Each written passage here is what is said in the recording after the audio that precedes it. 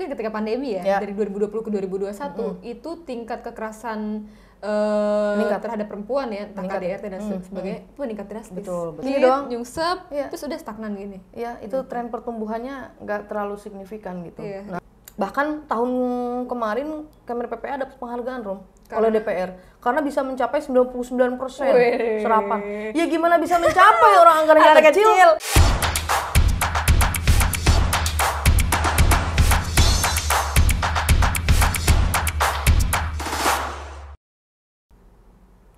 Halo Sobat Fitra, balik lagi di Fitra TV bareng saya Arum. Dan sekarang saya nggak sendiri nih, udah ada rekan saya. Ya saya Beta, temannya Arum. Temennya. Kak Beta dari mana nih? Fitra nih sebagai apa sih? Ya seperti biasa aja, saya sebagai peneliti di Sekan Fitra, di juga divisi knowledge management dan komunikasi. Oke, emang kita harus kenalan soalnya kan tak kenal maka tak sayang. Iya, jadi harus nggak bosen-bosen nyebutin kita nih siapa gitu. Iya. Kalau Arum di Fitra? Oh iya betul, saya juga belum ya. Aku di sini sebagai bagian dari divisi pelayanan dasar dan GETSI, Gender Equality, Disability and Social Inclusion. Sama peneliti juga gitu. Betul. Cocok juga nih sama apa yang mau kita bahas ya. Itu dia. Itu kita masuk ke situ sebenarnya. Jadi tanggal 8 Maret nanti akan ada perayaan. Nah, perayaannya itu tentang apa, Kak Beta? Jadi itu isu perempuan kan sebetulnya isu yang nggak perlu ada alasan khusus gitu kan untuk buat diobrolin ya nggak sih? Karena memang selalu relevan gitu kan. Betul. Untuk dibicarakan dari waktu ke waktu gitu kan. Dan isu yang sangat dekat gitu loh dengan kehidupan kita sehari-hari, kehidupan setiap orang gitu kan. Iya. Hanya saja berhubung ada temanya nih perayaan dan setiap tahun kan selalu berganti ya temanya ya. Jadi sepertinya kita tuh akan banyak bahas sekarang tentang kebijakan perempuan terkait kesetaraannya, bagaimana juga bener nggak sih lewat keterwakilan perempuan itu kita tuh kemajuan bangsa itu akan semakin pesat gitu katanya. Jangan lupa juga perlindungan anak tentunya, gitu sih Dan tema besarnya itu Invest in Women, Accelerate Progress. Betul. Kalau di bahasa Indonesianya itu berinvestasi pada perempuan, mempercepat kemajuan.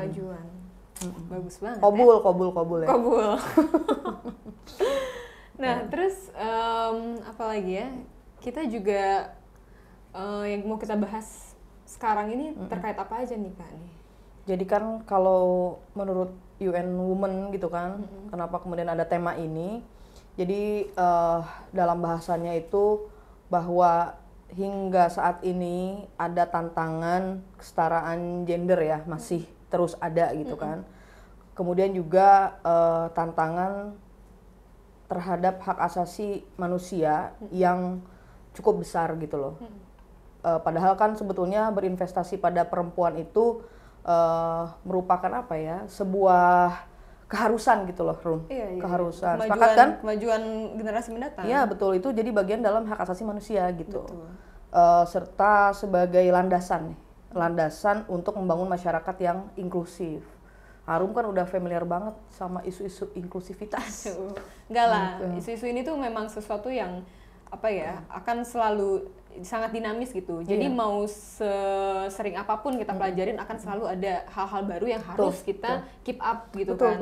Nah, itu yang menarik dari isu-isu perempuan, terutama isu-isu yang interseksional ya, jadi lintas sektor, kayak misalkan perempuan adat, perempuan disabilitas gitu. Itu pasti akan ada aja hal baru yang menarik gitu untuk dibahas. Iya betul, karena kan ya isu sosial itu kan berkaitan sama pembangunan manusia ya. Manusia itu kan dinamis ya, dinamis, materi yang terus bergerak gitu dari tahun ke tahun, dari waktu ke waktu. Nah ini juga berkaitan sama kemajuan kepada perempuan itu sendiri gitu kan. Pastinya bermanfaat bagi kita semua gitu. Menjamin hak-hak perempuan terpenuhi gitu kan. Silakan diminum. Saya sudah sediakan. Udah diambil. Dan anak perempuan juga gitu kan, di seluruh aspek kehidupan juga merupakan satu-satunya cara ya pemenuhan hak asasi manusia tadi, hak perempuan dan anak itu satu-satunya cara untuk menjamin perekonomian, ujung-ujungnya ke sana gitu ya. Untuk menjadi setara dan adil gitu ya. menuju kesejahteraan. Berarti pas dong si tema invest in women. Harusnya pas, tinggal kita lihat aja seperti apa realitanya komitmen negara ini mencapai kesetaraan tersebut, itu percepatan tersebut gitu. Aku mau nanya nih ke Arum nih, Arum kan dari tadi nanya-nanya mulu nih misalnya ya. Namanya juga host, harus nanya. Dua loh kita berdua. Iya lagi ke host ya. Jadi Rum gini loh, hari ini tuh kan meskipun teknologi informasi pesat banget ya, terus artificial intelligence juga makin booming lah di mana-mana gitu ya, menyaingi fungsi-fungsi manusia gitu. Tapi nyatanya pada kehidupan yang real dihadapi itu kan masih banyak tantangan nyata gitu, tentunya bagi perempuan. Misalnya aja perempuan masih diminta atau ya diharuskan bergerak hanya pada wilayah-wilayah private misalnya seperti itu. Dan misalnya ya itulah istilah-istilah yang biasa kita dengar gitu kan, dapur, sumur, kasur gitu ya. Itu memang mohon maaf ya, membosankan sih sebetulnya, tapi betul, dan itu juga luar biasa loh dampaknya ke kasus-kasus terhadap perempuan dan anak. Nanti ya itu kita. Oke. Nah, menurut Arum sendiri, apalagi kan dirimu tuh Gen Z loh dirimu, bener kan? Gen Z, hampir aku milenial. Hampir Gen Z sih, kelahiran 96 soalnya. Berarti antara ya. Kalau aku kan milenial nih ya kan, 90-an. Kamu kan Gen Z gitu ya. Berarti Arum PR-nya banyak banget dong, mempelajari generasi milenial, mempelajari fenomena Gen Z. Keren loh. Wawasannya jadi berat banget dong. Jadi seberat jauh ini pertanyaan ini Rum. Tantangannya gimana Rum? Tantangan di era sekarang Rum, yang benar-benar nyata.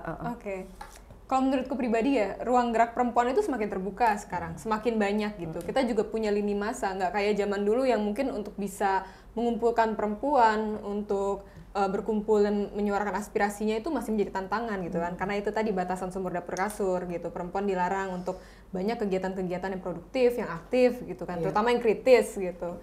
Kalau sekarang udah banyak, tapi ada satu hal yang timbul yang mungkin orang luput. Women security kalau menurutku ya. Wah, sepakat tuh. Jadi kayak perlindungan terhadap perempuan juga dalam berbagai ranah ini gitu. Misalkan kayak di internet gitu kan. Ada sebutannya itu untuk cyber security di internet sendiri. Nah, bagaimana kita menjamin perempuan dalam bersosmed gitu ya? Dan lain sebagainya itu terjamin keamanannya gitu. Karena kan kita banyak tahu kasus KBGO, kekerasan berbasis gender online juga meningkat gitu. Dan itu sesuatu yang mau kita bahas nanti ya Kak ya. Iya, tren kekerasan ini nih, kekerasan seksual terhadap perempuan setiap tahunnya meningkat, tapi rupanya anggarannya melonjak loh. Gitu. Kok bisa? Makanya itulah. Jangan sampai keluar nih otak-otaknya. Nah, terus stereotype susah banget sih ngomongnya.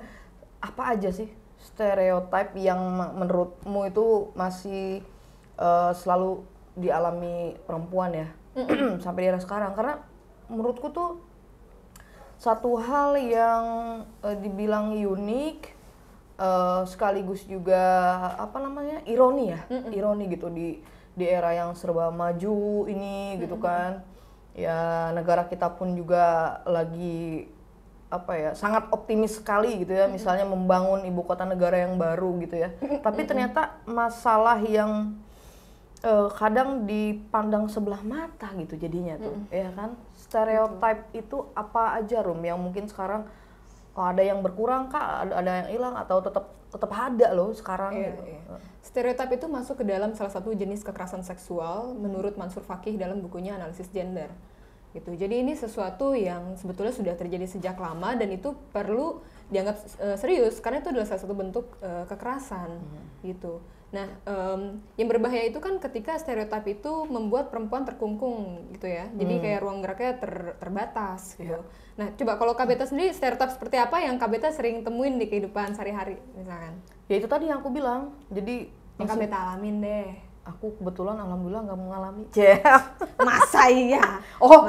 Iya sih kalau dari orang iya, tapi kalau hubungan misalnya dengan orang-orang terdekatku, dengan keluarga itu cukup open minded sih ya keluargaku gitu. Tapi kalau ada ya namanya kan stereotip dari masyarakat gitu ya, misalnya ih Mbak Beta kok pulangnya malam atau apa, masih kayak waduh saya dicap cewek malam yang gimana, yang hello gitu kan, padahal kita kan kerja buat negara men, bagai kuda gitu kan. Iya. Gitu, jadi itu sih yang paling melekat ya. Terus kayak misal kerjanya kenapa sih harus kerja segitu kerasnya misalnya, padahal kan perempuan itu ya harus mandiri. Karena aku ngalamin loh Rum, kayak tetangga nih ya, tetangga ibuku gitu ya, sepeninggal suaminya nggak lama jadi kayak istrinya tuh stres berat yang berpengaruh kepada kerusakan organ tubuh. Itu sedih banget. Dan anaknya tuh ada kayak 4 orang, anaknya tuh 4, ya umurnya juga masih ya usia-usia sekolah lah gitu ya. Ya nggak lama, 40 hari setelah suaminya meninggal, istrinya meninggal karena saking stres mikirin ekonomi. That's the true life gitu loh yang kita hadapin. Itu sih, jadi emang sekarang ternyata masih banyak banget kok di sekeliling gitu. Itu kenapa? Itu sih memang ketika keluarga tuh support dan punya mindset yang terbuka, mungkin ini tidak lagi menjadi halangan ya. Tapi ketika seorang perempuan itu masih berada dalam keluarga yang sangat konservatif, terus berpegang teguh pada dogma-dogma, ini kan berat gitu kan. Kayak misalkan perempuan nggak boleh sekolah terlalu tinggi, kenapa? Buat apa nanti pada ujungnya juga menikah gitu kan?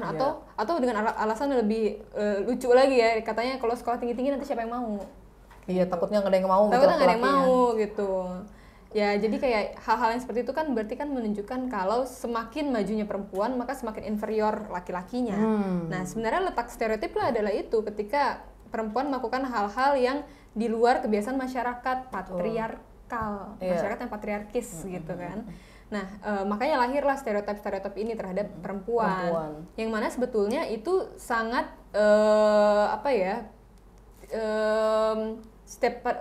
pada perkembangan zaman akan selalu berubah gitu kan, stereotip ini. Dan sudah sepatutnya ya 2024 kita tinggalkan harus move on gitu lah, kan. gitu Kita ya. move on lah. Kita juga harus belajar Rum. Ketika kemarin kita dilanda pandemi Covid ya, aku ingat banget betapa banyak orang yang ya dominasinya tuh laki-laki di PHK.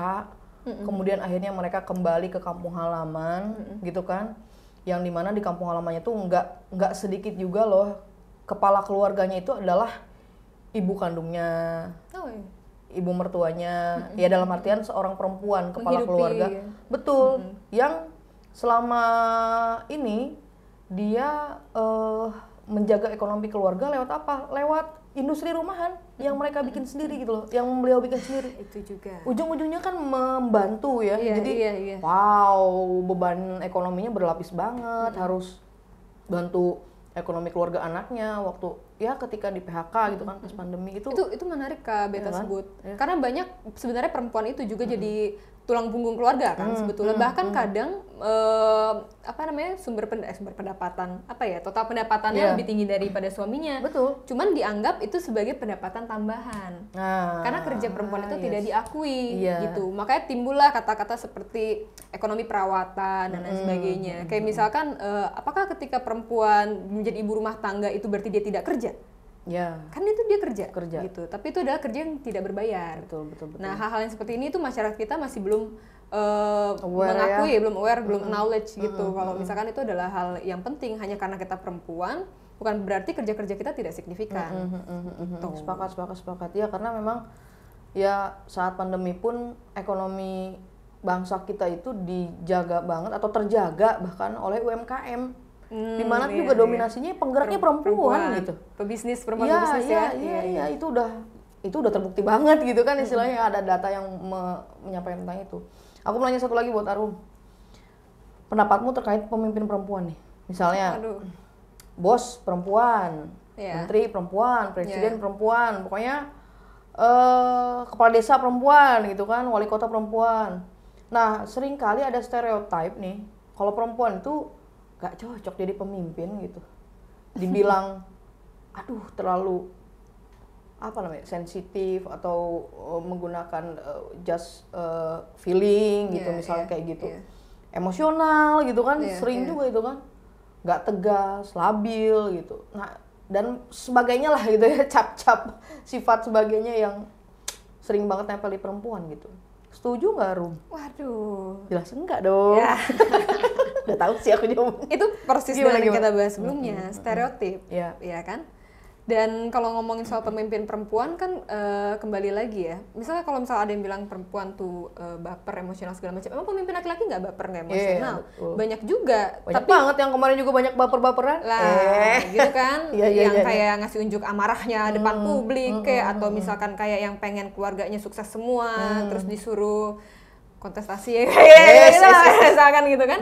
Itu kan sesuatu yang tidak berdasarkan pemikiran rasional, bukan pemikiran yang logis gitu. Karena dia ingin mengutamakan ya, misalkan kayak personal interest-nya dia gitu. Kalau itu mah semua orang juga bisa punya, nggak cuma perempuan, ya kan. Cuman memang masih banyak perempuan di luar sana yang menginternalisasi nilai-nilai yang masyarakat sematkan ke dia gitu. Kalau seumur hidup kita berada di lingkungan di mana perempuan tuh ada satu prototipe. Lama-kelamaan juga memang ada beberapa perempuan yang mengadopsi hal-hal tersebut. Ya mungkin perempuan yang lingkungan lingkupnya tuh kecil gitu loh Kak. Tapi kalau misalkan kayak misal lu gitu kan, lu kemana-mana kerja di LSM, ketemu berbagai orang dari berbagai tempat. Lama-kelamaan kan lo juga stereotip ada di diri lo kan lepas, breaking the stereotype by yourself gitu. Lo bisa mendekonstruksi hal-hal yang sebelumnya mungkin udah ditanamkan dalam diri lo sejak kecil. Tapi nggak semua perempuan seberuntung itu. Jangankan perempuan yang mungkin dari keluarga menengah bawah, menengah atas pun. Kalau memang dia dididik seperti itu oleh orang tuanya untuk misalkan menjunjung tinggi nilai patriarki, terus pun misalnya dia dikasih jabatan, tapi dia melanjutkan kuasa bapaknya misalnya kayak gitu. Apakah dia merepresentasikan perempuan lain? Kan tidak. Dia merepresentasikan orang yang mengutus dia itu. Entah itu keluarganya, entah itu suaminya, ayahnya dan lain sebagainya gitu. Jadi itu sebenarnya sangat nggak bisa digeneralisir gitu perempuan-perempuan yang seperti itu. Betul. Cuman apakah itu stereotip? Ya stereotip lah, karena banyak di luar sana perempuan yang berhasil. Lihat 2 menteri kita. Bu Retno, Bu Sri. Berhasil nggak mereka? Berhasil kan? Ya sudah. Betul. Menurut Kak Beta, perempuan masih dianggap sebelah mata nggak dari belajar dari yang kemarin itu? Kita baru banget nih pemilihan. Ya, menarik sih ya. Selalu menarik setiap kali election itu selalu menarik dan selalu ada hal yang harus kita underline gitu loh, ya kan? Salah satunya aku baca laporan dari World Economic Forum tentang Global Gender Gap Report itu 2023. Ya di situ dituliskan bahwa sebetulnya kesetaraan gender nih, dari situ dulu ya, kesetaraan gender di Indonesia itu sebenarnya membaik. Tapi skornya itu stagnan. Mirip sama angka angka transparansi Indonesia ya. Kalau kita kan Tempo itu kan pernah bikin riset itu kan. Jadi membaik tapi angkanya sama gitu. Nah, itu. Kenapa bisa dibilang membaik ya? Nah, itu dia, mungkin ada penilaian lain ya yang perlu kita cari tahu lebih jauh lagi. Terus gini loh. Sejak tahun 2020 jumlah pejabat senior nih. Nah, masuk nih kita ya. Pejabat senior perempuan di Indonesia itu ada 31,7%. Jadi sebenarnya angkanya fluktuatif gitu sejak 2020 nih ya. Jadi kita tarik 4 tahun ke belakang. Sedangkan misalnya nih di sektor pekerja teknis, tadi kan dirimu membahas ya soal pekerjaan non formal perempuan ya, ekonomi perawatan dan sebagainya. Nah, adapun pekerja teknis itu meningkat bahkan sampai lebih dari 50%. Tapi kan belum diklasifikasikan lagi gitu ya. Pekerjaan teknis itu apa aja. Nah, itu yang perlu kita cari tahu lagi. Sehingga sebetulnya dibilangnya seimbang gitu. Tapi ya ini yang perlu kita telah lebih lanjut gitu ya. Misalnya pendapatan. Nah, ini menarik ya, pendapatan perempuan dan laki-laki misalnya di kota dan di desa itu juga ada kesenjangannya cukup besar juga. Nanti kamu bisa cari datanya, ada mau di BPS atau di Susenas dan sebagainya itu ada. Terus kemudian intinya memang gaji perempuan itu lebih rendah daripada laki-laki, padahal beban kerjanya sama persis gitu. Dan ada kebijakan-kebijakan yang semestinya menyesuaikan kondisi perempuan, itu yang belum terjadi juga ternyata gitu kan di Indonesia gitu. Kemudian misalnya nih di parlemen, nah ini menarik. KPU itu kan menyatakan bahwa rata-rata nih, kalau dirata-ratakan itu ada 37,13% lah. Rata-rata persentase caleg loh ya, caleg perempuan. Artinya kalau nggak salah tuh yang paling besar itu paling tinggi Partai Garuda. Partai Garuda itu 40 sekian persen ya, caleg perempuannya. Paling sedikit PDI Perjuangan. Iya, tipis 33,1% PDI Perjuangan. Nah kalau dirata-ratakan itu ada 37,13%. Tapi itu caleg. Nah kalau dilihat dari tahun lalu misalnya 2023 itu ternyata World Bank sendiri juga menulis gitu ya, dan ada beberapa laporan bahwa tingkat partisipasi perempuan itu di angka 21,6% yang sudah menjadi anggota parlemen. Nah, jadi sebetulnya kan kalau amanat Undang-Undang nomor 22 tahun 2007 gitu ya, tentang pemilu itu kan komposisinya harus melibatkan keterwakilan perempuan itu minimal 30%. 30%. Nah, artinya masih rendah nih, masih di bawah 30%. Iya. Yang sudah menjadi loh. Iya. Jadi meskipun dari parpol itu keterwakilannya sudah banyak, karena itu kan syarat pendaftaran kan, syarat pendaftaran. Tapi ternyata nggak dipilih, bisa jadi gitu loh. Bisa jadi. Iya kan? Akhirnya pas yang duduk di kursi parlemen di Senayan kurang dari 30%. Itu, dan itu jelas berpengaruh pada kebijakan-kebijakan yang spesifik menangani isu prioritas terhadap perempuan dan anak. Itu jelas banget. Nah, kalau kayak gitu mungkin bisa kita lihat anggaran di Kemen PPPA. Nah, itu dia Rum. Ada persoalannya misalnya gini deh. Kita nanti akan lihat nih ya, anggaran di Kemen PPPA itu cukup menarik. Tapi sebelum itu aku pengen juga minta pendapat kamu gitu kan, terkait kenapa sih kemudian anggaran responsif gender itu penting, gitu kan? Nah, kamu sepakat nggak bahwa persoalan terhadap perempuan dan anak ini kan berlapis? Iya. Sepakat kan? Sepakat dong. Kenapa sepakat? Karena ini isu yang sangat spesifik ya. Betul. Dan kayak kalau tidak melibatkan pakarnya akan salah sasaran gitu. Karena di penelitian-penelitian kita sebelumnya di Fitra, kalau mau tahu silahkan lihat website Fitra. Yes. Itu banyak program pemerintah yang sebetulnya anggarannya untuk misalkan kayak perempuan, anak perempuan itu tinggi, tapi tidak sampai ke beneficiariesnya, penerima manfaatnya. Ya entah mungkin di perencanaannya salah atau eksekusinya juga kurang baik dan lain sebagainya. Padahal soal perempuan dan anak perempuan ini kan balik lagi kita bahas soal kesejahteraan generasi mendatang gitu. Perempuan dan anak gitu. Bukan cuma anak perempuan ya, maaf ya. Perempuan dan anak itu sangat penting sekali bagi sebuah bangsa untuk serius dalam menangani hal-hal terkait perempuan dan anak. Cuman seperti yang kita tahu, Kementerian Pemberdayaan Perempuan itu kan anggarannya salah satu yang terkecil. Betul Bahkan kayak paling terkecil nggak sih? Betul. Paling kecil. Jadi aku tambahin ya, kalau pendapatku tuh juga kenapa kemudian persoalan ini tuh persoalan yang berlapis. Pertama, kayaknya masih ada cara berpikir yang di Indonesia nih ya, semua tuh mikirnya tuh hukuman gitu loh terhadap terhadap pelaku, terhadap korban hukuman misalnya kayak gitu, ke anak hukuman. Tapi masih sedikit gitu loh persentasenya yang berpikir bahwa itu tuh harus ada rehabilitasi yang intensif, terus kemudian reintegrasi gitu loh. Jadi menyelesaikan masalah sampai ke akar. Perspektifnya masih ke hukuman gitu, tentang punishment gitu loh. Gitu. Padahal kan persoalan ini ya itu tadi yang aku bilang. Aku setuju, karena kekerasan itu ya kalau kita tidak cabut sampai ke akarnya, orang itu kan akan mengulang lagi gitu. Padahal kan ketika kita bisa misalkan misal kita pelajari juga, misal kekerasan yang dilakukan oleh anak kayak gitu kan. Kita pelajari juga kenapa hal itu bisa terjadi gitu kan.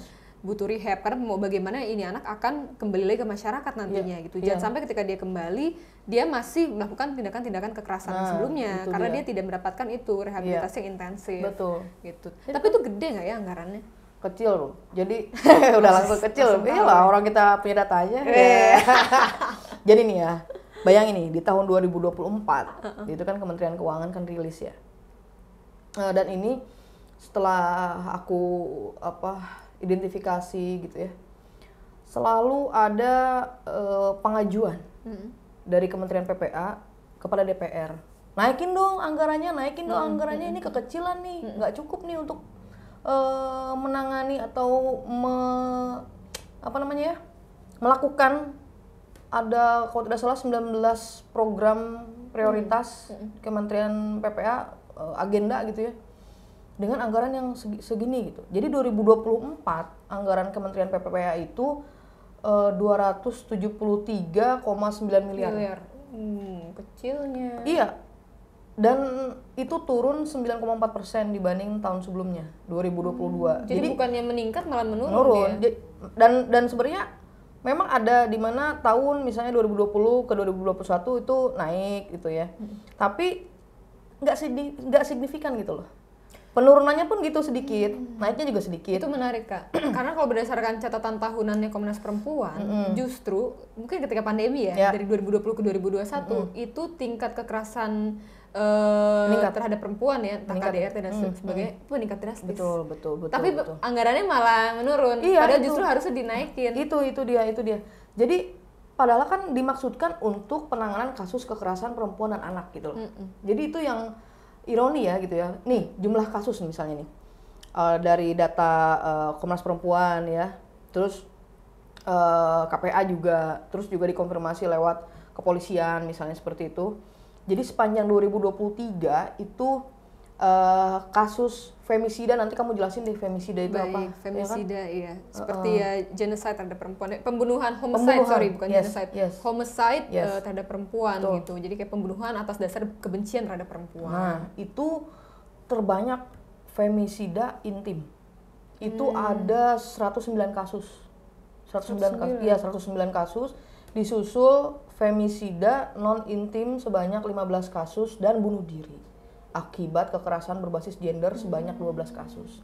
Intim tuh berarti maksudnya dilakukan orang terdekat? Betul, orang terdekat. Korbannya itu terbesar istri. Jadi ada 72 istri yang jadi korban di 2023 ya. Kayak belum lama juga kok kasus-kasus yang istri sering kan? Sering banget kok di berita. Ya ampun, nyata sama anak-anaknya dibunuh gitu. Nah, terus kemudian diikuti pacar gitu. Terus mantan pacar. Emang nggak pernah orang banyak juga itu kan. Nggak akan jauh-jauh, pasti orang terdekat. Betul. Jadi, nah ini yang menarik Rum. Selama 2018 sampai sekarang berarti itu 6 tahun ya. Anggaran Kementerian Perempuan dan Perlindungan Anak itu menunjukkan tren yang menarik sekali. Karena kenapa? Karena terus menurun. Itu bahkan anggarannya 553,4 miliar di tahun 2018. Gede dong. Nah, di 2019 nurun nih. Jadi berapa? 493,6 sekian miliar. Lumayan 100. Lumayan kan, 100-an. Iya. Terus 2020 nyungsep, Rum. Nyungsep. Kalau kata orang kita tuh nyungsep. Berapa emang? Itu hanya 236,6 miliar. Aduh. Nanti aku jelasin kenapa. Ada evaluasi dari DPR misalnya gitu, ada penilaian dari DPR. Nah, di 2021 naik sedikit doang. Berapa? Cuma naiknya tuh cuma 40 miliar. Jadi ada 279,56 miliar. Sengaja naik. Iya, 40 miliar doang. Ya paling itu buat berapa kegiatan sih gitu kan. 2022 itu turun lagi. Turun 9,61%. Jadi angkanya tuh dia punya anggaran 252,69 miliar di tahun 2021. Di 2022. 2023 naik sih lumayan. Tapi tipis juga. Berarti dari 2021 itu 200-an turun terus. Ya betul, konsisten 200-an. Dari 2020 2020 kan tadi nyungsepnya luar biasa. Jauh. Iya. Dan dia nggak pulih ya, nggak sampai ke angka 500 lagi ya. Iya betul, nggak ada tuh 300 aja enggak, iya, gitu kan. Iya, nggak nyentuh 300. Itu ada 288 miliar di 2023, artinya tahun lalu. Nah, tahun sekarang turun lagi, turun ya? lagi. Jadi tahun sekarang tuh 273,9 miliar turun. Rata-rata penurunannya tuh begini ya. Penurunan dan kenaikannya itu 9% gitu, Iya, 9% gitu. Jadi kalau di chart ya, kalau misalnya dari yang paling awal kan segini nih, turun, nyungsep, gini, turunnya dikit, gini doang. nyungsep, Iya. terus udah stagnan gini. Ya, itu tren pertumbuhannya nggak terlalu signifikan gitu. Iya, Nah, ini makanya tahun ini Kementerian PPA itu minta ditambah anggarannya. Berapa? Ya, nggak gede juga sebenarnya ya. Paling bawah 100 M kan? Ya, 48,8 miliar. Iya. Ya, jadi agak nanggung mereka minta ya. Nanggung emang kenapa nggak langsung aja 1 triliun gitu kan? Kayak nggak 1 triliun juga, paling nggak kayak yang tahun 2018 gitu loh. Iya. Ya lumayan kan misalnya untuk insentif bagi champion-champion di daerah yang membantu menangani kasus kekerasan terhadap perempuan dan anak. Oh, luar biasa kan? Itu kan kamu juga sering lah ketemu struggling banget mereka kan para champion-champion di daerah ini gitu kan buat menangani itu. Nah, itu katanya anggaran yang diminta untuk dinaikkan itu untuk survei. Survei apa? Survei terkait perempuan dan anak di Indonesia. Untuk mengetahui dampak dari undang-undang misalnya TPKS kan kemarin. Nah, itu terus kemudian jadi masukan juga untuk penyusunan kebijakan dan program terkait perlindungan perempuan dan anak ke depannya. Soalnya misalnya gini, buat isu strategis nih. Misalnya buat upaya pencegahan penanganan kasus terhadap perempuan dan anak, kemudian tindak perdagangan orang, TPPO. Oh, human trafficking. Iya, human trafficking. Nah, itu jadi salah satu agenda di Kemen PPA ya di tahun ini, dari tahun-tahun kemarin juga ya. Iya, tetap rendah sih. Tetap rendah. Maksudnya kalau memang pengen impact yang besar gitu, kok nanggung amat bikin anggarannya.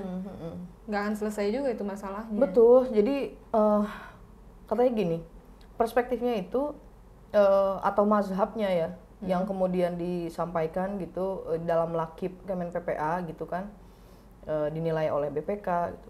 Ya karena Kemen PPA itu ternyata sudah berhasil mencapai target serapan anggaran. Bahkan tahun kemarin Kemen PPA dapat penghargaan oleh DPR karena bisa mencapai 99% serapan. Ya gimana bisa mencapai orang anggarannya kecil? Nggak susah realisasinya. Ya makanya sebenarnya ya ampun gitu ya, orang anggarannya kecil saya habisin aja kan gitu. Efektif sih, semua program ini terlaksana semua gitu. Tapi kan jadinya mereka tidak ada membuka ruang baru untuk program lain yang bisa membantu apa kek. Dari 10.000 kasus baru bisa menangani 2.000 misalnya ya kan? Karena cara yang panjang itu. Sedangkan di Indonesia kasusnya berapa coba? Untuk kasus KDRT sendiri aja ada 5.555 kasus.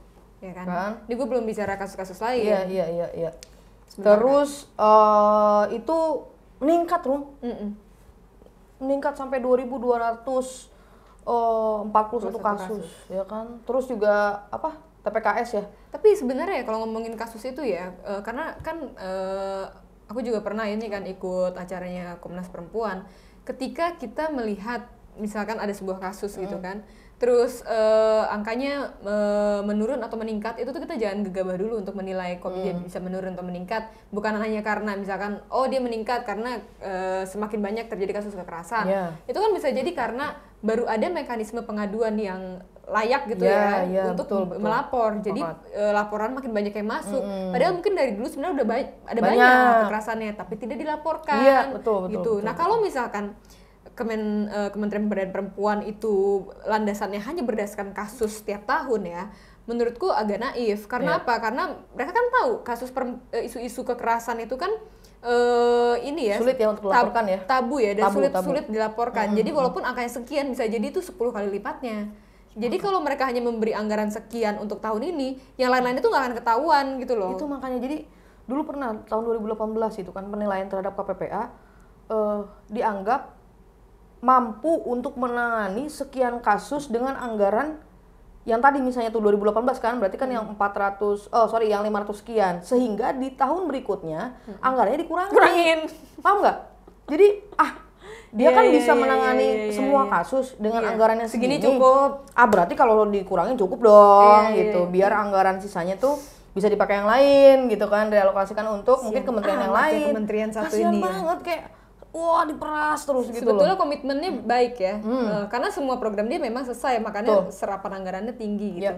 Tapi kalau kayak gitu caranya, mending tidak baik aja serapannya nggak sih, biar ditambah ya kan, ditambah gitu. Aduh. Padahal sering banget, sering sekali gitu kan pagu indikatif Kementerian PPA ini kemudian diajukan lagi ke DPR untuk ditambah, itu hampir setiap tahun kayaknya.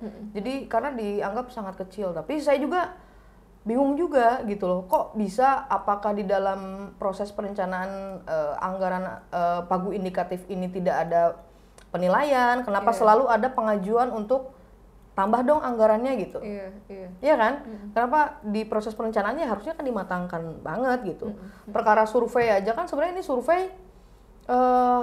ya kita kan di sini bukan berarti kita membantu ya Kemen PPA atau membela atau apa ya, pokoknya kita check and balances aja kan gitu. Bantu kan sih bantu ya karena kan kita juga sadar betapa pentingnya peran Kemen PPA kan. Dan kita juga mengevaluasi sih ya kan di Kemen PPA-nya gitu, maksudnya di tahapan perencanaan itu sudah seperti apa gitu loh prosesnya. Masa ya kegiatan seperti survei terhadap perempuan anak itu, kalau itu kan bukan kegiatan yang remeh gitu loh maksudnya ya kan. Harus dilaksanakan dengan serius. Berkaitan dengan data. Tahu sendiri arum data di Indonesia tuh seperti apa. Problematik sekali kan. Kayak kadang kan kita mau riset apa gitu ya, datanya sulit. Susah banget betul. Apalagi data yang terkait dengan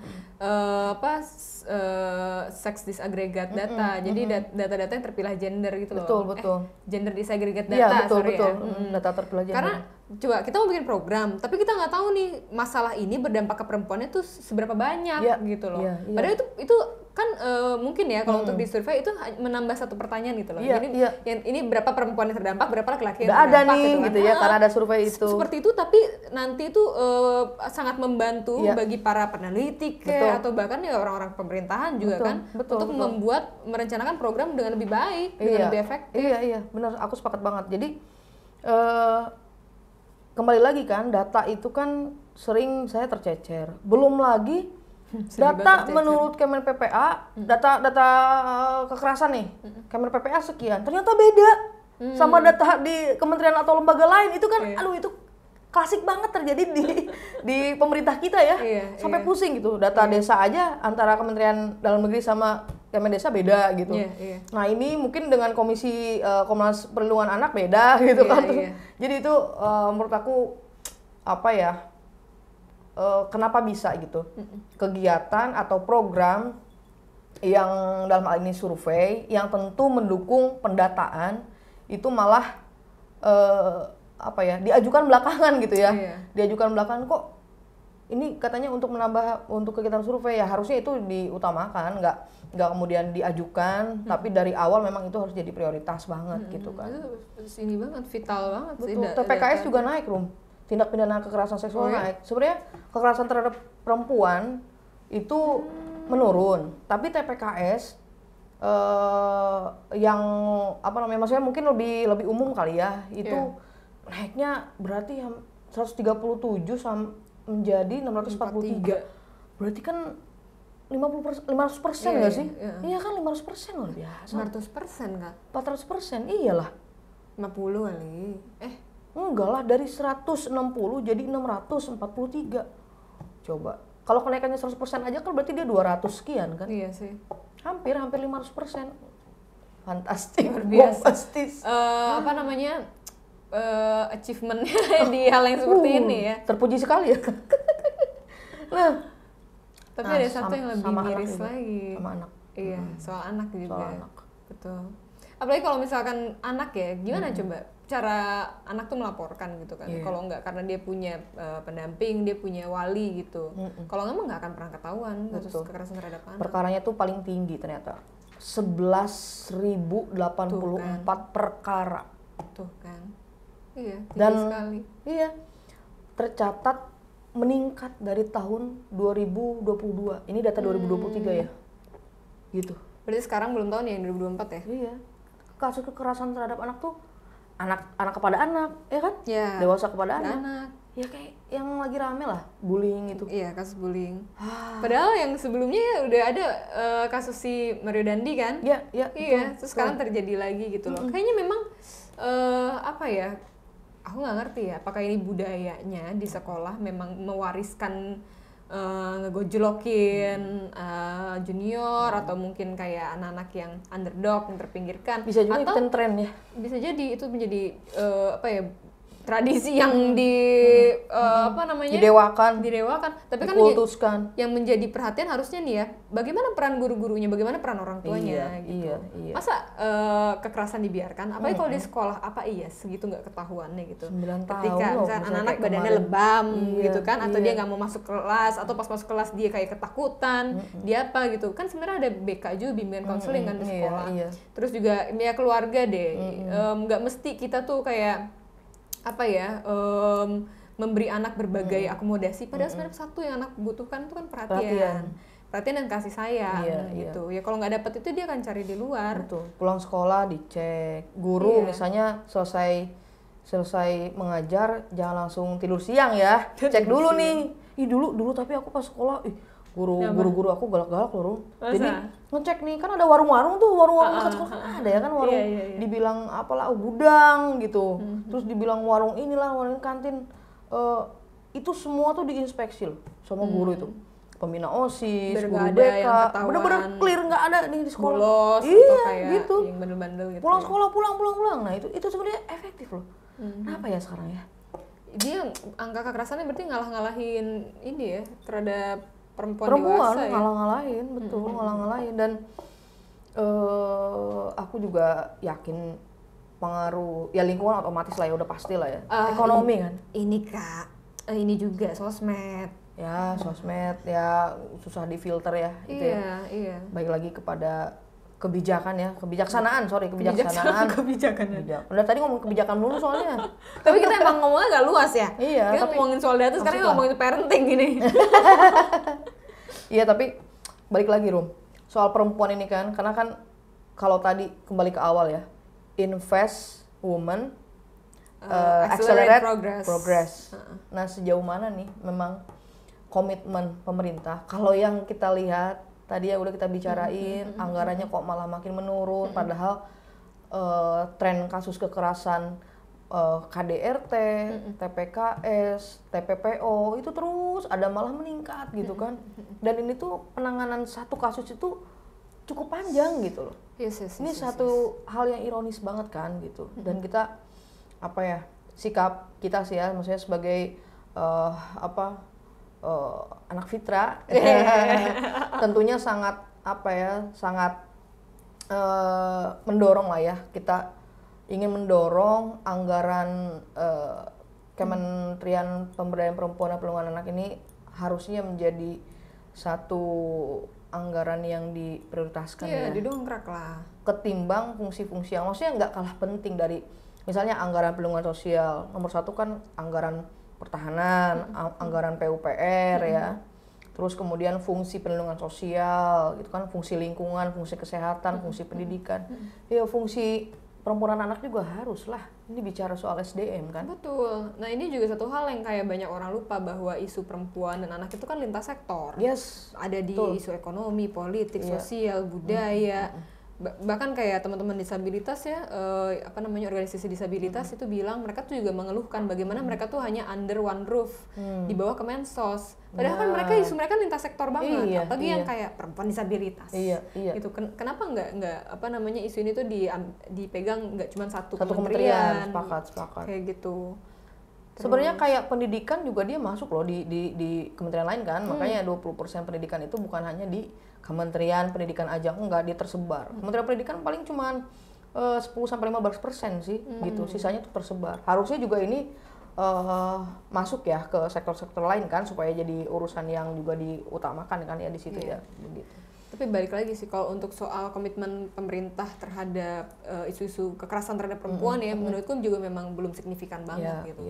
UU TPKS kan butuh berapa tahun sampai bisa disahkan. Betul. Itu pun cukup banyak yang dirombak dibanding yang RUU-nya draft awalnya gitu. Dan ini kan belum kelihatan juga implementasinya. Nah, kita nggak tahu nih nanti kalau udah terimplementasi dengan jelas gitu akan seperti apa nih komitmen pemerintah juga dalam memberantas kekerasan terhadap perempuan. Gitu. Kak Beta. Iya, perempuan single di usia matang punya stigma lebih negatif ketimbang laki-laki. Setuju atau enggak? Perempuan single di usia matang punya stigma lebih negatif dibanding laki-laki. Yang enggak lah. Kan stigma tapi. Stigma oh iya, kalau di stigma kan iya. Iya, setuju nih. Setuju. Oke. Tanya gue. Iya. Pemimpin perempuan yang kerja keras disebut ambisi. Tetapi kalau pemimpin laki-laki yang kerja keras disebut wah keren, punya visi misi dan cita-cita. Sepakat nggak? Personal ya. Ngeri ya. Kalau dibilang apakah stereotip itu ada, ya setuju. Tapi apakah betul perempuan pemimpin itu hanya karena ambisi, ya nggak setuju lah. Karena memang pemimpin itu ya nggak terbatas gender ya nggak sih. Kita membutuhkan perempuan, mau laki-laki, mau perempuan, mau yang trans, mau yang apa. Pemimpin ya pemimpin. Gitu. Lanjut, ada lagi? Oke ya, lu ya Kak. Sebentar. Perempuan yang to the point, dibilangnya agresif. Tapi kalau laki-laki disebutnya tegas. Aduh, ya nggak sepakat lah, nggak bisa lah itu. Laki-laki perempuan, saya termasuk yang apa namanya tegas loh. Iya. Iya nggak frontal lah. To the point makanya kan. Iya to the point, to the point. Enggak lah, nggak agresif lah gitu. Laki-laki juga banyak agresif ya kan. Bukan banyak lagi, bertebaran di muka bumi. Mayoritas. Aduh, ya gitu. Lagi. Masih ada dua lagi loh. Perempuan berpikir menggunakan emosi, laki-laki lebih menggunakan logika atau terstruktur. Alah. Itu mah itu mah iya karena kan kayak apa sih namanya itu balik ke stereotip yang kita yang paling awal tadi bahas soal stigma, dogma dan lain sebagainya. Padahal kenyataannya kalau memang ya maksudnya apa sih tadi tuh Kak, berpikir menggunakan emosi ya, itu kan ngomongin soal decision making ya. Decision makingnya dia dikontrol oleh emosinya atau logikanya. Itu mah nggak usah perempuan laki-laki, semua orang juga ada yang berbeda-beda pemilihannya. Betul. Misalkan kayak mungkin gue dalam memutuskan sesuatu, gue lebih banyak mempertimbangkan perasaan orang nanti bagaimana, kayak gitu. Apakah itu hal yang buruk? Enggak juga. Enggak dong. Iya, makanya itu mah semua orang juga bisa punya, tergantung individunya. Itu memang itu karakter dari lahir loh. Saya sebagai orang yang sudah dites ya. Apaan MBTI ya? Iya, yang tes sidik jari itu. Memang mau diakui atau enggak ya, aku ternyata tesnya kan feeling semua gitu ya. Tapi ternyata banyak yang mengimbanginya, misalnya dari otak kiri, otak kanan, apa segala banyak kok aspeknya, nggak mentang-mentang ini. Menarik ya kawan-kawan Fitra nih, ikut tesnya macem-macem ya. Ayo. Jadi nggak cuma anggaran ya bahasnya. Karena penting kan buat apa namanya hubungan pekerjaan nih gitu. Terakhir. Oke. Gue apa lo ya tadi? Gue ya berarti nanya lo ya. Kecerdasan seseorang diturunkan melalui ibu, bukan ayah. Enggak sih, enggak sepakat sih. Kenapa? Tapi katanya ada penelitiannya loh. Iya, mungkin gini ya, karena ini yang terakhir kok agak susah ya. Siapa yang bikin? Jadi kenapa mungkin disebut gitu? Karena kan seorang ibu tuh yang mengandung nih, biasanya kan ya pasti paling dekat dong dengan anaknya gitu ya. Terus kemudian ada fase-fase di mana seorang ibu itu mendengarkan atau membacakan cerita kepada anaknya, membacakan ayat suci. Misalnya kalau buat agama Islam kan misalnya anak dalam kandungan bahkan harus diperdengarkan ayat-ayat suci Al-Quran gitu kan. Jadi ibunya ngomong apa, berbicara dengan anak, itu mungkin yang mensugesti. Akhirnya si anak kan dari dalam kandungan kan dia udah berkembang loh. Jadi akhirnya itu. Nah, sementara dengan ayah ya kurang, bondingnya tuh kurang berjarak. Masih ada berjarak gitu. Balik lagi karena memang dari dalam kandungan ibu. Tapi kalau dari aspek sains gitu, nggak tahu sih itu bisa dibuktikan atau enggak. Soalnya gue pernah denger ya, tapi gue belum baca artikelnya gitu kan. Ada yang bilang itu udah ada penelitiannya. Nah gue kurang paham tuh. Tapi kalau misalnya kita ngomongin dalam perspektif sosial gitu ya, sebetulnya kan kecerdasan anak ya harusnya kan itu adalah apa ya, sesuatu yang disumbangsih kedua orang tuanya. Betul, gitu sepakat. kan. Jadi jangan sampai hal ini tuh malah juga menjadi menstigma gitu kan. Jadi kayak kalau anaknya bodoh berarti karena ibunya bodoh gitu. Kan kayak gitu juga kan. Rugi dong jadi ibu. Rugi dong. Udah ngandung 9 bulan ya kan, udah banyak sekali beban jadi multitasking gitu seorang perempuan. Betul. Anak bapaknya besar santai aja. Udah Iya. mengasuh anak sampai besar apa segala macam terus disalahin. Rugi dong. Baik banget gitu bebannya lah. ya Iya. gitu. Bergantung juga nanti kan kedepannya kan seorang anak berkembang, tumbuh kembang anak itu kan bergantung juga ke gimana sih kedua orang tua atau keluarga itu membentuk habit kan, gitu. Iya. Jadi Literasi dan lain sebagainya gitu, banyak lah faktornya. paling penting itu sebenarnya kecerdasan anak menurutku adalah bagaimana orang tuanya mengajarkan anak itu dalam berkomunikasi, terutama di dalam keluarga itu sendiri, di keluarga inti gitu. Kalau misalnya dalam keluarga inti aja anak ini tidak pernah didorong, diakomodir, maksudnya kayak diajak untuk ya berdialog, dialog yang memang apa ya nyebutnya yang hangat dan penuh substansi. Serius banget. Iya benar-benar sih. Iya jadi kan? mengandung value-value hidup gitu loh. Gimana caranya nanti kalau dia udah keluar di lingkungan yang berbeda, mau di sekolahnya atau di lain sebagainya, ya kalau dari awal sama orang tuanya tidak dididik seperti itu, anaknya kan kesulitan juga ke depannya. Kesulitan bergaul betul-betul. Karena menurutku tuh nggak ada anak yang bodoh. Ya, gitu. Setiap anak pasti punya kelebihan masing-masing, tapi bedanya ada yang dari awal sudah dipupuk dengan baik oleh orang tuanya, dirawat dengan baik sehingga dia menjadi anak yang lebih cepat tumbuh gitu. Tapi ada anak yang butuh waktu lebih lama ya karena mungkin tidak punya privilege yang sama. Iya, sepakat. Begitu. Nah, jadi semoga tema International Women's Day tahun ini bukan sekadar tema yang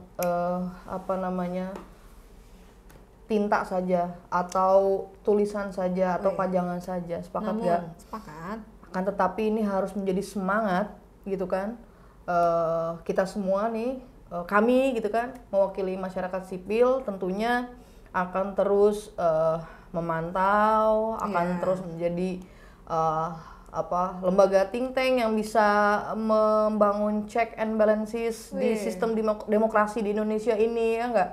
Lewat situ gitu kan. Ya jangan cuma tema dong, jangan cuma pajangan aja. Accelerate progress. Ntar akhir tahun depan masih belum ada akselerasinya. Nah, kita lihat nih tahun depan ya, kalau misalnya masih ada alasan, ya kan masih setahun. Lihat 2 tahun kemudian gitu. Bahkan kita akan melihat ketika IKN sudah dibangun, kawan-kawan. Iya enggak? Bisa jadi seperti dari apa? yang anggaran 200 100. Rumit. Aduh. Dialokasikan ya, realokasi ya. Jadi itu harapan kita semua ya gitu ya Kak Arum ya. Betul. Kasih banyak, thank you buat Loh, ngobrol-ngobrol kita sama-sama. Iya. Sama-sama berkontribusi gitu. Betul. Saya Beta, saya Arum. Sampai ketemu ya Oke, di Fitra sampai TV. jumpa lagi di Fitra TV. Happy International Happy International Women's Day. Women's Day 2024. Bye. Dadah.